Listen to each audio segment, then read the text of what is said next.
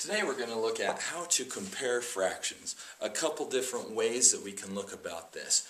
Okay, comparing fractions, that means which one's bigger. We're looking to say that one's bigger, or sometimes they are equivalent fractions or equal. So I look at this.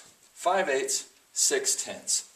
Sure, I could draw a picture, but it's not going to help me much. So I have 5/8 and 6/10. I always get a chuckle when students draw them out such as this, and they draw in 5/8 and then they draw in 6/10, and then they just kind of look at it and they have no clue, so they just make a guess anyway. So now I'm going to show you how to actually compare fractions the mathematical way, and then another trick that I like to use. I wouldn't call it a trick, it's just building on some skills and knowledge. So I have 5/8 and I have 6/10.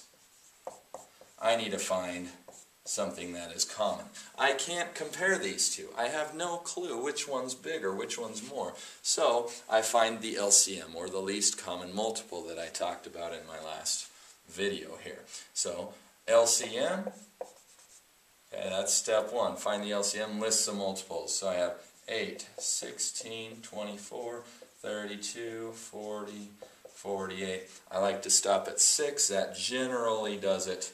10, 20, 30, 40, 50, 60.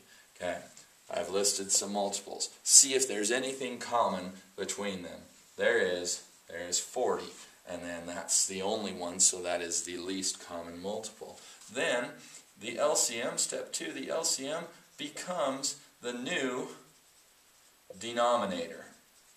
Let me show you what that means. The LCM becomes the new denominator. 5/8 equals something 40th. 6/10 equals something 40th. Now we're just working on equivalent fractions again. So 6/10 equals something 40th. I don't deal with 6 and blank because I don't know what I'm doing there. 10 times something equals 40. 10 times 4 in this case. If I times the bottom by 4, I times the top by 4, because 4 over 4 is 1 whole. Any number times 1 whole equals itself. So I'm not changing how much this fraction is, I'm just changing how we look at it. I'm changing these 10 into little sections of 40ths. Okay, so I'm going to change all that into 40ths. That's all I'm doing. I'm not changing how much it actually is. So 6/10, because 6 times 4 is 24, equals 24 40ths. Now 8 times something, 8 times 5 equals 40. I times the bottom by 5, so I times the top by 5. 5 times 5 equals 25 40ths. So now, 40ths and 40ths, I'm comparing apples to apples, Tootsie Rolls to Tootsie Rolls. They're the exact same thing. It's not 8s and 10s where I can't look at it and be like, I don't know which one's bigger. Now, I'm looking at it in 40ths. Would you rather have 25 of something or 24 of something? Therefore, 25 40ths is bigger than 24 40ths, and 25 is equivalent to 5/8. Therefore, 5/8, when comparing versus 6/10, is bigger. Okay. Pretty long, I know, but that's the step in comparing fractions. That will work every time.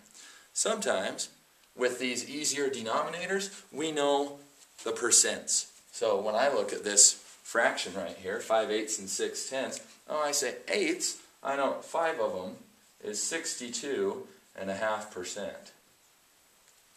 Tenths, super easy. Every 1/10 is 10%, so that equals 60%. So sometimes on these easier denominators that we know how many times they go into 100, we can just convert our fractions to percents, because percent means out of 100, so we're comparing the same thing. When we see 62.5 versus 60, we know that 62.5 is bigger. That is comparing fractions.